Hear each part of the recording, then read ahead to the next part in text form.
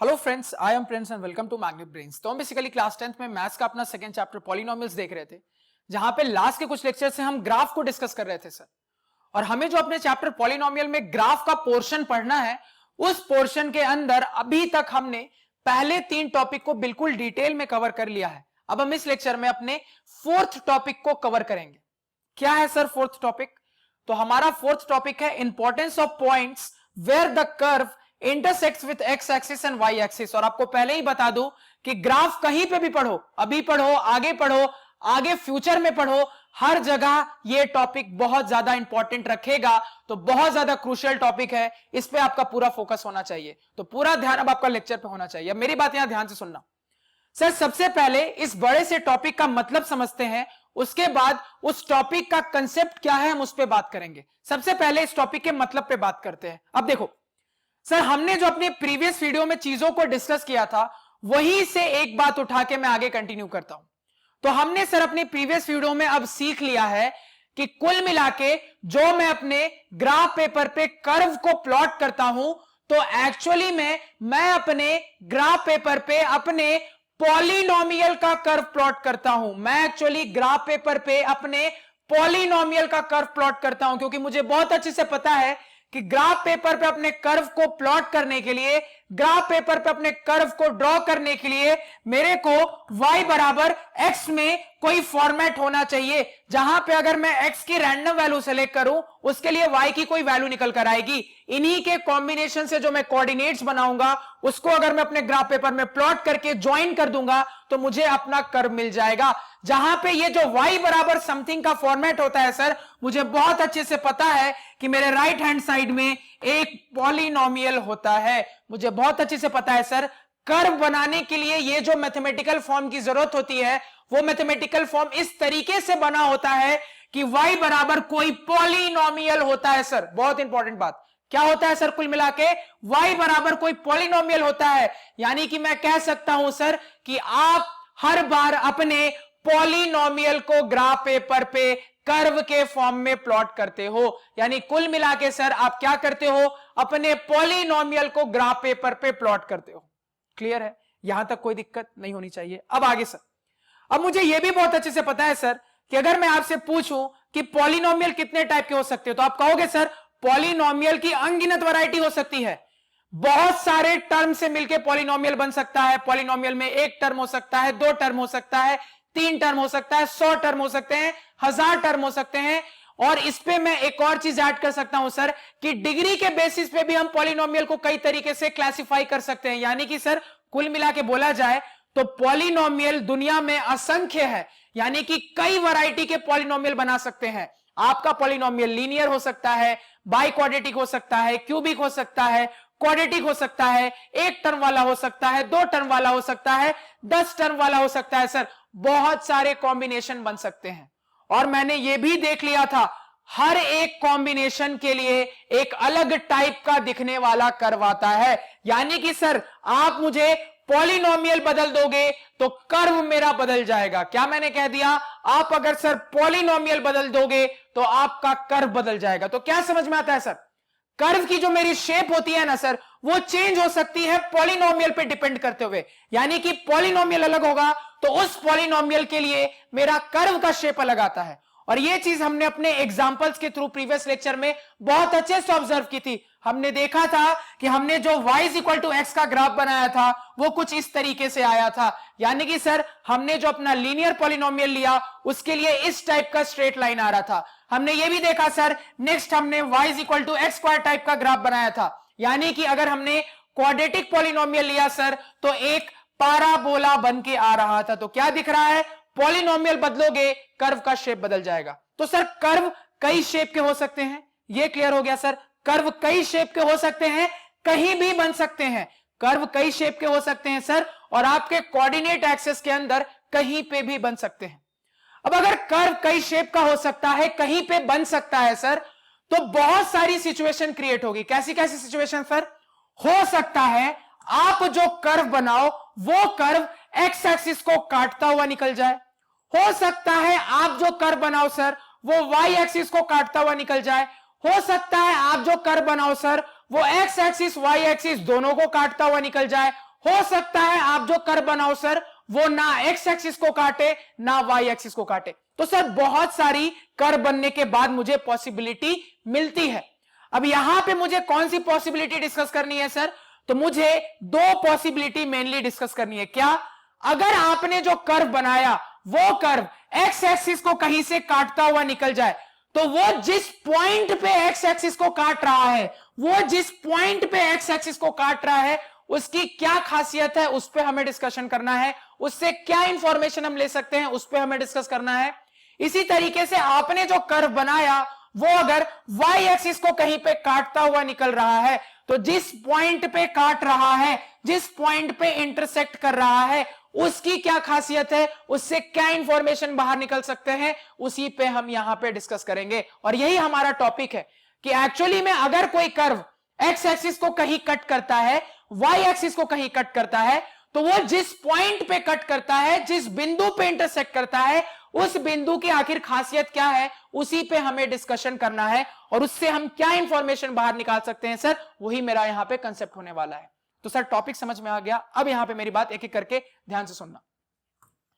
Sir हमने जो अपने बेसिक का सेकंड लेक्चर देखा था ग्राफ में, उसमें बहुत अच्छे से जाना था कि हमारे जो भी पॉइंट्स इस टाइप के होते हैं, किस टाइप के सर? या तो मेरे पॉइंट्स एक्स एक्सिस पे कहीं लाई कर रहे हो, या तो मेरे पॉइंट्स वाई एक्सिस पे कहीं लाई कर रहे हो। तो ये जो सर पॉइंट्स होते हैं ना सर, ये बहुत खास पॉइंट्स होते हैं। इनको हमने बहुत डिटेल में डिस्कस किया था और मैंने कहा था कि फाइनली आपको जो मैंने एक रिजल्ट बताया था वो याद रखना। क्या रिजल्ट बताया था?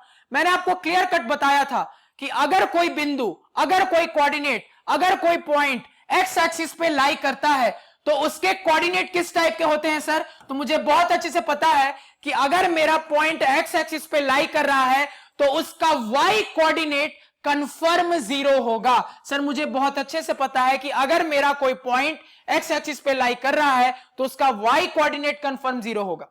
और उसके एक्स कोऑर्डिनेट के बारे में क्या पता है सर? तो मुझे यह पता है कि अगर वो पॉइंट पॉजिटिव डायरेक्शन की तरफ है तो जो मेरा एक्स आएगा वो पॉजिटिव वैल्यू का होगा, वाई तो 0 ही रहेगा। और अगर मेरा जो पॉइंट है सर वो अगर एक्स एक्सिस के नेगेटिव डायरेक्शन में लाई कर रहा है सर, तो वाई कोऑर्डिनेट तो 0 होगा ही होगा, लेकिन एक्स कोऑर्डिनेट की वैल्यू क्या होगी सर? नेगेटिव होगी। यानी कुल मिला के अगर हम ये दोनों पॉइंट को कंबाइन कर दे तो मैं ये कह सकता हूं कि एक्स एक्सिस पे कहीं पे भी मेरा बिंदु लाई करे, इतना कंफर्म है कि उसका वाई कोऑर्डिनेट 0 होगा सर। और ये बहुत इंपॉर्टेंट बात है। क्लियर हो गया? इसी तरीके से हमने अपने वाई एक्सिस पे यही बात ऑब्जर्व करी थी। क्या सर? कि वाई एक्सिस पे मेरा पॉइंट कहीं पे भी लाई करे, इस तरफ लाई करे पॉजिटिव डायरेक्शन में, इस तरफ लाई करे नेगेटिव डायरेक्शन में, बस वाई एक्सिस पे लाई करना चाहिए। वाई एक्सिस पे वो कहीं पे भी लाई करे, इतना कंफर्म है सर कि उसका एक्स कोऑर्डिनेट 0 होगा। इतना कंफर्म जरूर है सर कि उसका एक्स कोऑर्डिनेट 0 होगा सर। ये हमने सीख लिया था। वाई की वैल्यू क्या होगी सर? तो अगर पॉजिटिव डायरेक्शन में है तो वाई की वैल्यू पॉजिटिव होगी, नेगेटिव डायरेक्शन में है तो वाई की वैल्यू नेगेटिव होगी, लेकिन कुल मिला के एक्स कोऑर्डिनेट 0 होगा सर। यानी अगर एक्स एक्सिस पे पॉइंट है तो इतना कंफर्म है कि वाई कोऑर्डिनेट 0 होगा, और अगर वाई एक्सिस पे पॉइंट है तो इतना कंफर्म है कि एक्स कोऑर्डिनेट 0 होगा सर। ये क्लियर है मुझे, इसमें कोई डाउट नहीं है। ये फंडा क्लियर है, ये हमने डिस्कस कर लिया था। अब देखो, अगर आपका कोई कर्व किसी भी एक्स एक्सिस को या वाई एक्सिस को या दोनों को कट करते हुए जाता है तो एक्चुअली में होता क्या है, इसको एक एग्जांपल से समझते हैं। मान लो आपके सामने मैंने इस तरीके से कर्व बनाया, स्ट्रेट लाइन भी एक कर्व है, बिल्कुल है सर। तो ये जो सर मैंने स्ट्रेट लाइन बनाया है, ये स्ट्रेट लाइन क्लियरली मुझे दिख रहा है कि एक्स एक्सिस को इस बिंदु पे कट कर रहा है और मेरे वाई एक्सिस को इस बिंदु पे कट कर रहा है। तो कुल मिला के ये है क्या सर? एक बिंदु है, एक पॉइंट है। और हमने ऐसी बिंदुओं के बारे में सीख लिया है। क्या सीखा है सर? तो मुझे पता है कि अगर मेरा कोई पॉइंट वाई एक्सिस पे लाई करता है तो उसका एक्स कोऑर्डिनेट 0 होता है सर। और मुझे यह भी पता है कि अगर मेरा कोई पॉइंट एक्स एक्सिस पे लाई करता है सर तो उसका वाई कोऑर्डिनेट 0 होता है सर। तो ये मुझे बहुत अच्छे से पता है। तो अगर आपका कोई कर्व एक्स एक्सिस को या फिर वाई एक्सिस को या दोनों को इंटरसेक्ट करता है तो वहां से ये मैथमेटिकल फॉर्म तुम निकाल सकते हो। क्या निकालोगे? कि एक्स एक्सिस को आपका कर्व, ध्यान से सुनना, एक्स एक्सिस को आपका कर्व जिस पॉइंट पे इंटरसेक्ट करेगा इतना कंफर्म है कि वहां पे वाई कोऑर्डिनेट 0 होगा। और यहीं पे मैं कह सकता हूं अगर आपका कर्व वाई एक्सिस को इंटरसेक्ट करता है, तो जिस पॉइंट पे वो वाई एक्सिस को इंटरसेक्ट करेगा उस पॉइंट पे आपका सर जो एक्स कोऑर्डिनेट होगा वो 0 होगा सर। ये मुझे बहुत अच्छे से पता है। अब अगर मुझे ये पता है सर, तो देखो इससे कितना एडवांटेज मिलता है। मान लो आपके सामने मैंने एक नॉर्मली कर्व बनाया, मेरी बात बिल्कुल ध्यान से सुनना, यहां से आप बहुत अच्छी चीज सीखोगे।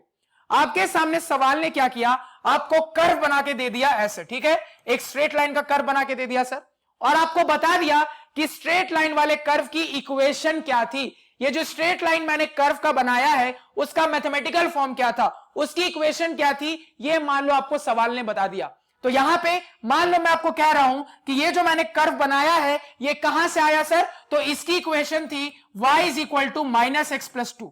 क्या इक्वेशन थी sir, y is equal to -x+2। अब मेरा सवाल ध्यान से सुनना, तो मैंने आपको ग्राफ पेपर पे पहले ही ये कर्व इस तरीके से बनाकर दे दिया। मेरा सवाल ये है कि आप मुझे ये बताओ कि ये जो स्ट्रेट लाइन आपने बनाई है वो एक्स एक्सिस को जिस पॉइंट पे कट कर रहा है, वो एक्स एक्सिस को जिस पॉइंट पे कट कर रहा है उसके एक्स और वाई कोऑर्डिनेट क्या होंगे। आप मुझे ये बताओ कि ये वाई एक्सिस को जिस पॉइंट पे कट कर रहा है उसके एक्स और वाई कोऑर्डिनेट क्या होंगे, ये मुझे बताओ। अब आपको अगर ये निकालना है तो देखो फंडा बहुत सिंपल है, फंडा बहुत क्लियर है कि कुल मिला के मुझे बहुत अच्छे से पता है कि ग्राफ को बनाने के लिए, अपने कर्व को मुझे प्लॉट करने के लिए मैं अपने इक्वेशन में x की कोई रैंडम वैल्यू डालता हूं, उस x की वैल्यू डालने के बाद जो y की वैल्यू निकल कर आती है वो x और y की वैल्यू मिलकर ही मेरा x और y कोऑर्डिनेट बनाती है, जिनकी मदद से मैं अपना पॉइंट प्लॉट करता हूं।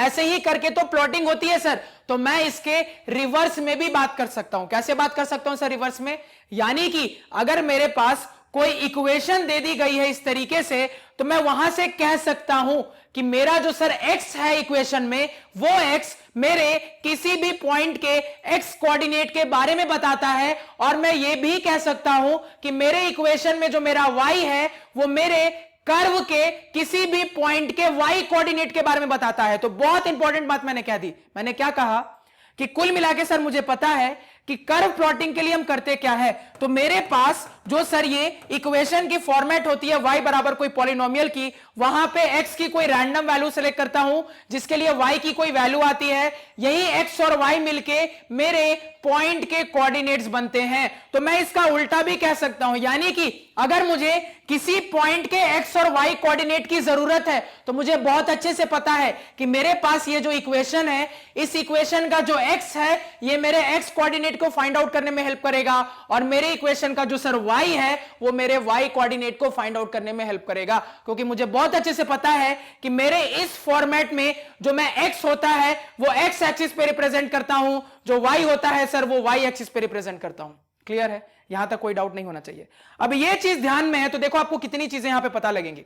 अब मेरा सवाल आपसे क्या था सर कि मैंने आपको ऑलरेडी कर्व बना के दे दिया, मैंने आपको उस कर्व की इक्वेशन भी बता दी, मैंने आपको वो पॉलिनोमियल भी बता दिया जिसका ये कर्व है। आप मुझे बताओ कि ये कर्व, ये जो स्ट्रेट लाइन मैंने बनाया है वो एक्स एक्सिस को जिस पॉइंट पे काट रहा है और वाई एक्सिस को जिस पॉइंट पे काट रहा है उसके एक्स और वाई कोऑर्डिनेट की वैल्यू क्या होगी, ये मेरा आपसे सवाल है।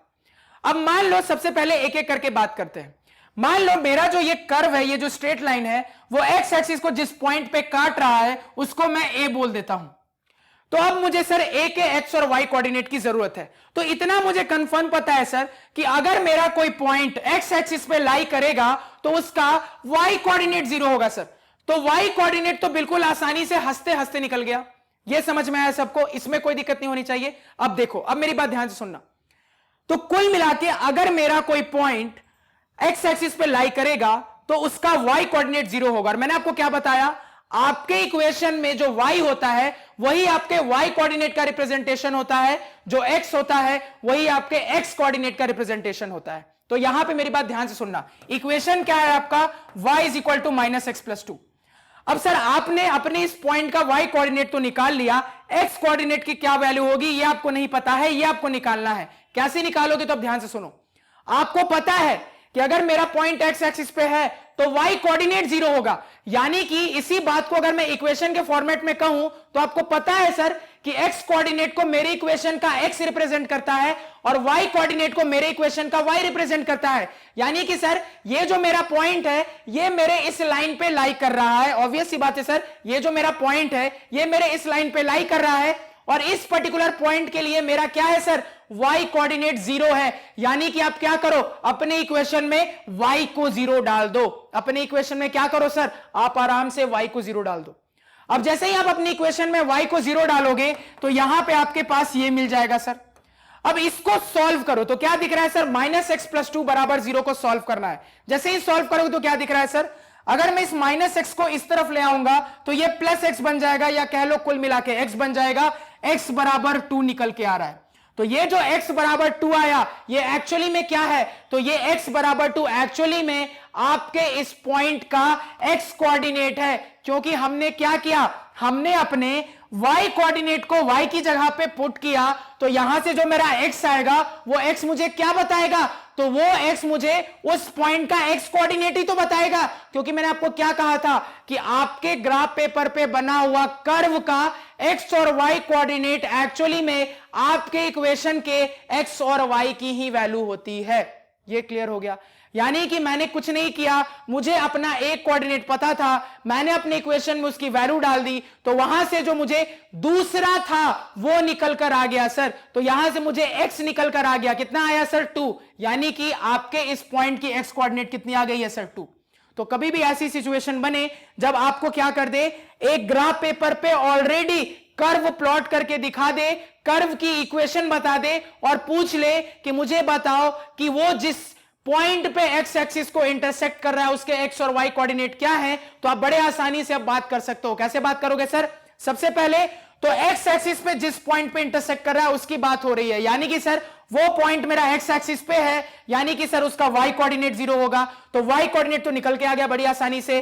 x कोऑर्डिनेट कैसे निकालेंगे, कुछ नहीं करना है, अपने इस इक्वेशन में मुझे अपने y की वैल्यू 0 डाल देनी है और x को कैलकुलेट कर लेना है। वही जो मेरा x निकल कर आएगा वही मेरे उस पॉइंट का x कोऑर्डिनेट होगा। याद रखना, y की वैल्यू 0 डाली तो x2 आया, तो ये जो x कोऑर्डिनेट आया है ये इसी y के लिए आया हुआ। ऐसा नहीं है कि अपने मर्जी से किसी भी x को तुम ये मान लेना 2।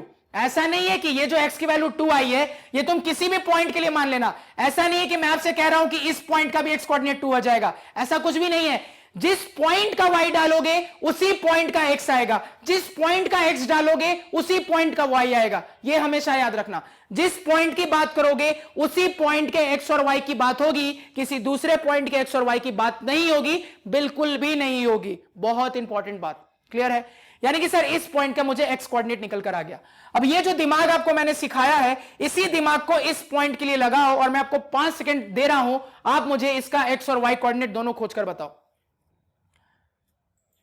तो तुरंत अब आपका जवाब आना चाहिए सर कि आपने मुझे कंसेप्ट सिखा दिया, अब मैं बड़ी आसानी से आगे काम कर सकता हूं। मुझे क्या दिख रहा है सर, मुझे दिख रहा है कि मुझे अब वो पॉइंट का कोऑर्डिनेट्स निकालना है, उस पॉइंट के x और y कोऑर्डिनेट की वैल्यू निकालनी है जिस पॉइंट पे मेरा जो कर्व है वो y एक्सिस को इंटरसेक्ट कर रहा है। तो मुझे दिख रहा है सर कि मेरा ये जो कर्व है y एक्सिस को इस पॉइंट पे इंटरसेक्ट कर रहा है, और अगर मेरा जो पॉइंट है वो y एक्सिस पे लाई करता है तो उसका x कोऑर्डिनेट 0 होता है। तो x कोऑर्डिनेट तो आसानी से निकल गया, y कैसे निकलेगा, कुछ नहीं करना। मेरा जो इक्वेशन है इस इक्वेशन में मुझे क्या करना है, अपने ये जो वैल्यू निकल गई है उस वैल्यू को डाल देना है। तो मुझे पता है सर ये मेरे x कोऑर्डिनेट को रिप्रेजेंट करता है, तो मैं अपने इक्वेशन में x के बदले 0 डाल दूंगा। अब जैसे ही मैं अपने इक्वेशन में x के बदले 0 डालूंगा सर तो मेरे पास ये निकल कर आ जाएगा। -0 का कोई मतलब होता है, कोई मतलब नहीं होता। कुल मिला के आपके पास आ रहा है y बराबर +2, या फिर मैं कह दूं y बराबर 2। तो y की वैल्यू कितनी निकल कर आ गई सर, y की वैल्यू 2 निकल कर आ गई। तो मैंने क्या किया, अपना वो पॉइंट का भी कोऑर्डिनेट्स निकाल लिया। वो पॉइंट कहां से मिला था सर, मुझे मेरे कर्व का y एक्सिस से इंटरसेक्शन होने के कारण मुझे वो पॉइंट मिला था। तो ये बहुत इंपॉर्टेंट टाइप के सवाल बनते हैं और इसकी ग्राफ में आगे आपको कई बार जरूरत पड़ेगी जहां पे आपको वो पॉइंट्स खोजने पड़ेंगे जो पॉइंट्स ऐसे मिलते हैं कि आपका कर्व जिस पॉइंट पे x और y एक्सिस को इंटरसेक्ट करता है। तो कैसे कैलकुलेट करना है अब आपने सीख लिया है, बहुत सिंपल वे है। तो अगर हर चीज को मैं थोड़ा सा समराइज कर दूं तो मैं क्या कहूंगा सर कि मेरा कर्व x एक्सिस को जिस पॉइंट पे काट रहा है उसका x और y कोऑर्डिनेट निकालना है। तो सबसे पहले सर उसका y कोऑर्डिनेट तो 0 होगा कंफर्म। x कोऑर्डिनेट कैसे निकलेगा, अपने इक्वेशन में y की वैल्यू 0 डाल दो, जो x की वैल्यू निकल के आएगी वही मेरे उस पॉइंट का x कोऑर्डिनेट होगी। इसी तरीके से y एक्सिस को जिस पॉइंट पे इंटरसेक्ट कर रहा है वो पॉइंट निकालना है, तो सबसे पहले तो उसका x कोऑर्डिनेट 0 होगा। y कोऑर्डिनेट कैसे आएगा सर, अपने इक्वेशन में x की वैल्यू 0 डाल दो, तो जो y की वैल्यू निकल कर आएगी वही आपके उस पॉइंट के y कोऑर्डिनेट को रिप्रेजेंट करेगी। कहानी खत्म। नोट डाउन कर लेना जितनी पॉइंट इंपॉर्टेंट लगे और इस एग्जांपल को नोट कर लो। क्लियर है। अब देखो आगे इसी तरीके से कुछ और लाइनों पे बात करते हैं। मान लो आपके सामने मैंने ये लाइन बताई, ठीक है, और ये लाइन का मैंने आपको ये बता दिया इक्वेशन का फॉर्मेट क्या रहा होगा sir, y is equal to X plus two. यानी मैंने x प्लस टू वाले पॉलिनोमियल के लिए जो कर्व बनाया है सर, वो कर्व एक स्ट्रेट लाइन है और वो ऐसी दिखती है सर। अब अगेन मेरा सवाल यही है आपसे, मैंने आपको कोई पॉइंट अब नहीं बना के दिया, मैं बस आपसे सिंपली पूछ रहा हूं कि आप मुझे ये दो पॉइंट बताओ। कौन से दो पॉइंट, वो पॉइंट जो मेरे कर्व के एक्स एक्सिस और वाई एक्सिस के इंटरसेक्शन के बाद मिलेगी, आप मुझे वो पॉइंट आराम से निकाल कर दो। ये मेरा आपसे सवाल है। तो कैसे निकालोगे सर, यही कहानी दोहराओ, आप भी साथ साथ बनाओ सर। तो मैं अपने इन पॉइंट्स को कुछ मान लेता हूं। मुझे दिख रहा है सर कि एक्स एक्सिस को ये इस पॉइंट पे काट रहा है, इसको मैंने कुछ बोल दिया सर। वाई एक्सिस को इस पॉइंट पे काट रहा है, मैंने इसको कुछ बोल दिया। कोऑर्डिनेट्स क्या क्या हो जाएंगे सर, तो एक्स एक्सिस वाला जो पॉइंट होगा सर, इतना तो कंफर्म है उसका वाई कोऑर्डिनेट 0 होगा, और वाई एक्सिस वाला जो पॉइंट होगा इतना कंफर्म है कि उसका एक्स कोऑर्डिनेट 0 होगा। अब एक एक करके बचे हुए कोऑर्डिनेट्स निकालते हैं। तो अगर इस पॉइंट ए की बात करें सर, तो इक्वेशन है y बराबर x प्लस टू। तो यहां पे मुझे निकल के आ गया है कि इस पॉइंट का y कोऑर्डिनेट 0 है। y को जैसे ही 0 पुट कर दूंगा तो जो x निकल के आएगा वही मेरे इस पॉइंट का x कोऑर्डिनेट होगा। तो y को यहां पे 0 डाल दो, तो 0 बराबर x प्लस टू। तो यहां से अगर मैं इस 2 को उस तरफ भेज दूंगा सर, तो प्लस 2 उस तरफ आके -2 बन जाएगा, तो x बराबर -2 आ गया। यानी कि यही जो -2 है ये आपके इस पॉइंट ए का x कोऑर्डिनेट है। तो आपने अपने पॉइंट ए के x और y कोऑर्डिनेट दोनों निकाल लिए।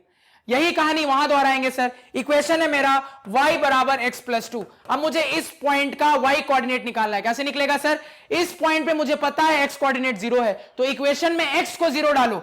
x को जैसे ही 0 डालूंगा तो y बराबर 0 प्लस 2, यानी कुल मिला के y बराबर प्लस 2, या फिर मैं लिख लूं y बराबर 2 आ जाएगा। तो मुझे इस पॉइंट का y कोऑर्डिनेट भी मिल गया। तो मतलब मुझे अपने पॉइंट b का x और y कोऑर्डिनेट दोनों मिल गया सर। बहुत इजी, बहुत सिंपल, नोट कर लो इसको। अब दो एग्जांपल्स आपको होमवर्क दे रहा हूं जिसका जवाब आना चाहिए कमेंट सेक्शन में। क्या होमवर्क है सर, ये लाइन मैंने पहले बनाई और मैं आपको बता दे रहा हूं कि ये लाइन कौन सी पॉलिनोमियल की लाइन है सर, तो ये लाइन -x -2 वाले पॉलिनोमियल की लाइन है। यानी कुल मिला के आपके पास इक्वेशन है y बराबर -x -2। क्या इक्वेशन है, y बराबर -x -2। ये लाइन ऐसा दिखेगा -x -2 का। अब आपको मुझे बताना है कि ये वाला जो मेरा कर्व है, ये वाली जो मेरी लाइन है, वो x एक्सिस को जिस पॉइंट पे इंटरसेक्ट कर रही है और y एक्सिस को जिस पॉइंट पे इंटरसेक्ट कर रही है, उन्हीं के कोऑर्डिनेट्स क्या है। मैं आपको मार्क करके दे देता हूं। इस पॉइंट को मैं a बोल देता हूं, इसको b बोल देता हूं। तो मुझे आप कमेंट सेक्शन में a और b के कोऑर्डिनेट्स निकाल कर बताना। ये आपका पहला होमवर्क रहा, नोट कर लो इसको। क्लियर है। इसी तरीके से आपका दूसरा होमवर्क लिख लो। अब मैं आपको ये वाली लाइन दे रहा हूं, ठीक है, और मैं आपको बता दे रहा हूं इसका इक्वेशन है y बराबर x -2 का। अब आपको अगेन वही सवाल है कि आपको यहां पे x कोऑर्डिनेट, आपको अपना वो पॉइंट जो कि आपके x एक्सिस को इंटरसेक्ट कर रहा है उसके x और y कोऑर्डिनेट दोनों बताने हैं, और वही वाली लाइन जो आपके y एक्सिस को जिस पॉइंट पे इंटरसेक्ट कर रहा है उसके x और y कोऑर्डिनेट दोनों बताना है। मान लो इसको कुछ मैं मान लेता हूं, इसको c मान लेता हूं, इसको d मान लेता हूं। तो c और d के x और y कोऑर्डिनेट दोनों आपको मुझे निकाल कर बताने हैं। तो ये दो होमवर्क अब आपसे बड़ी आसानी से बनने चाहिए, और ये जो कंसेप्ट तुमने सीखा है बहुत स्ट्रॉन्ग, बहुत इंपॉर्टेंट। तो यहां पे अब आपका डाउट होना चाहिए सर, क्या सिर्फ स्ट्रेट लाइन वाले ग्राफ के लिए सही है? बिल्कुल भी नहीं। किसी भी टाइप का पॉलिनोमियल हो, सबके लिए यही फंडा, यही कंसेप्ट होगा, कुछ अलग नहीं होगा। यानी कि मान लो, इस चीज को ऐसे समझो, नोट कर लिया इसको। मान लो कोई आपके सामने मैंने ऐसे ऊट पटांग टाइप का ऐसा कर्व बना दिया, ठीक है। अब मैं आपसे वही सवाल कर रहा हूं कि मुझे बताओ y एक्सिस पे जिस पॉइंट पे इंटरसेक्ट कर रहा है उसके कोऑर्डिनेट क्या होंगे, x एक्सिस पे जिस पॉइंट पे इंटरसेक्ट कर रहा है उसके कोऑर्डिनेट क्या होंगे। तो फिर से वही कहानी, सवाल आपको जरूर एक इक्वेशन बता देगा। अब उस इक्वेशन में क्या करना है ये आपको मैंने ऑलरेडी सिखा दिया है। तो वहां से आपको वैल्यूज निकल कर आ जाएंगी, उसको पुट कर दोगे, आपका काम हो जाएगा बहुत आसानी से। अब मान लो मैं आपके सामने ये जो रैंडम कर्व बनाया है, यहां पे इन 3 पॉइंट के बारे में पूछ रहा हूं, तो क्या दिख रहा है सर, मेरा जो कर्व है y एक्सिस को इस एक पॉइंट पे कट कर रहा है, x एक्सिस को 2 पॉइंट पे कट कर रहा है। तो अगर मैं एक्स एक्सिस वाले अपने 2 पॉइंट की बात करूंगा, अगर मैं एक्स एक्सिस वाले अपने 2 पॉइंट की बात करूंगा तो इतना तो कंफर्म है कि इन दोनों पॉइंट के लिए जो मेरा वाई कोऑर्डिनेट होगा वो 0 होगा। एक्स कोऑर्डिनेट मुझे निकालना रहा। इसी तरीके से मान लो मेरा कर्व वाई एक्सिस को जिस पॉइंट पे इंटरसेक्ट कर रहा है सर, उसका एक्स कोऑर्डिनेट तो इतना कंफर्म है 0 होगा। वाई क्या निकल के आएगा, कैसे निकालना है ये भी आपको पता है सर। तो ये जो फंडा मैंने आपको सिखाया है, ऐसा नहीं है कि बस स्ट्रेट लाइन वाले ग्राफ के लिए है। दुनिया का किसी भी टाइप का ग्राफ बने, किसी भी पॉलिनोमियल का ग्राफ बने, अगर वो कर्व एक्स और वाई एक्सिस को कहां इंटरसेक्ट कर रहा है ये आपको निकालना है, तो यही कंसेप्ट याद रखना है। हर जगह अप्लाई होगा, चाहे लीनियर पॉलिनोमियल हो, क्वाड्रेटिक हो, क्यूबिक हो, बाई क्वाड्रेटिक हो, 1 टर्म वाला हो, 1000 टर्म वाला हो, 1 करोड़ टर्म वाला हो, किसी भी टाइप का पॉलिनोमियल हो, यही कंसेप्ट काम करेगा। और ये कंसेप्ट आपको अभी भी इंपॉर्टेंट है, आगे भी जब आप ग्राफ पढ़ोगे तो बहुत ज्यादा इंपॉर्टेंट होगा। ये क्लियर है? इसमें किसी को कोई दिक्कत, कोई समस्या, कोई परेशानी नहीं होनी चाहिए। फंडा समझ में आया? किसी को कोई प्रॉब्लम नहीं होनी चाहिए। अब एक और छोटा सा एग्जांपल समझो। जैसे देखो, सबसे पहले हमने जो अपना कर्व देखा था, y is equal to X का कर्व वो ऐसा आ रहा था, y is equal to X का कर्व वो ऐसा आ रहा था। अब यहां पे मेरा सवाल ध्यान से सुनना, मेरा सवाल है कि आप मुझे वो पॉइंट बताओ जिस पॉइंट पे आपका जो कर्व है वो एक्स एक्सिस को और वाई एक्सिस को इंटरसेक्ट कर रहा है। तो आप कहोगे सर एक ही ऐसा पॉइंट है जिसपे मेरा कर्व एक्स और वाई दोनों को इंटरसेक्ट कर रहा है, और वो पॉइंट मेरा ओरिजिन है। वो पॉइंट मेरा ओरिजिन है। ओरिजिन एक ऐसा पॉइंट होता है, ओरिजिन के बारे में एक इंपॉर्टेंट बात जान लो, ओरिजिन एक ऐसा पॉइंट होता है कि अगर कोई कर्व ओरिजिन से होते हुए पास करता है तो वो एक साथ एक्स एक्सिस और वाई एक्सिस दोनों को इंटरसेक्ट कर जाता है। वो एक साथ एक्स एक्सिस और वाई एक्सिस दोनों को इंटरसेक्ट कर जाता है, और वैल्यू क्या आती है सर? 0 0। क्या आती है? 0 0। यहां तक कोई दिक्कत, कोई समस्या, कोई परेशानी नहीं होनी चाहिए। तो ओरिजिन एक स्पेशल पॉइंट है सर, जो कि ऐसा पॉइंट है जहां पे चूंकि एक्स और वाई दोनों एक साथ इंटरसेक्ट करते हैं, इसी वजह से अगर कोई कर्व वहां से होते हुए निकलेगा तो वहां पे आपका एक्स और वाई कोऑर्डिनेट दोनों 0 हो जाएगा, क्योंकि वो एक ऐसा पॉइंट है जहां पे एक्स और वाई कोऑर्डिनेट दोनों मिलते हैं। तो वो कर्व अगर ओरिजिन से होके निकल रहा है तो वो एक साथ एक्स और वाई एक्सिस दोनों को ही कट करते हुए निकल जाता है। यहां तक किसी को कोई दिक्कत, कोई समस्या, कोई परेशानी नहीं होनी चाहिए। तो ये भी हमने एक स्पेशल केस को भी डिस्कस कर लिया। तो आई होप आपको यहां पे जितनी चीजें मैंने बताई वो आपको क्लियर है, कोई डाउट नहीं होगा। अब मेरी बात यहां ध्यान से सुनना, एक चीज रह गई है यहां पे, जिसको जब मैं आपको क्वाड्रेटिक पढ़ाऊंगा तो वहां पे क्लियर करूंगा कि सर आपने कट करके निकलेगा ये तो बता दिया, टच करके निकले तो क्या होगा? यानी मान लो आपके सामने मैंने ऐसा एक कर्व बना दिया। अब देखो ये पूरा कट नहीं किया है, कट करने का मतलब होता है पार करके निकल जाना, ये सिर्फ और सिर्फ टच किया। तो जब टच करेगा तो क्या कहानी होगी सर, उस पे भी हम डिस्कस करेंगे, लेकिन आगे डिस्कस करेंगे। फिलहाल जितना बताया आई होप आपको क्लियर होगा, कोई डाउट नहीं होगा। तो जितनी बातें बताई वो क्लियर होनी चाहिए। कोई भी डाउट हो लेक्चर को उस पॉइंट पे फिर से देखो, क्लियर नहीं होता कमेंट सेक्शन में बताओ। तो आज के पढ़ाए हुए नोट्स आप हमारी ऑफिशियल वेबसाइट magnetbrains.com से डाउनलोड कर सकते हैं, जिसका लिंक वीडियो के डिस्क्रिप्शन में है।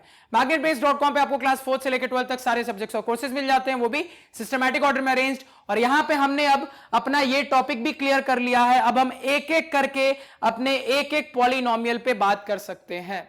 क्लियर? कोई दिक्कत नहीं। तो मिलते हैं नेक्स्ट लेक्चर में अगले टॉपिक के साथ। Thank you.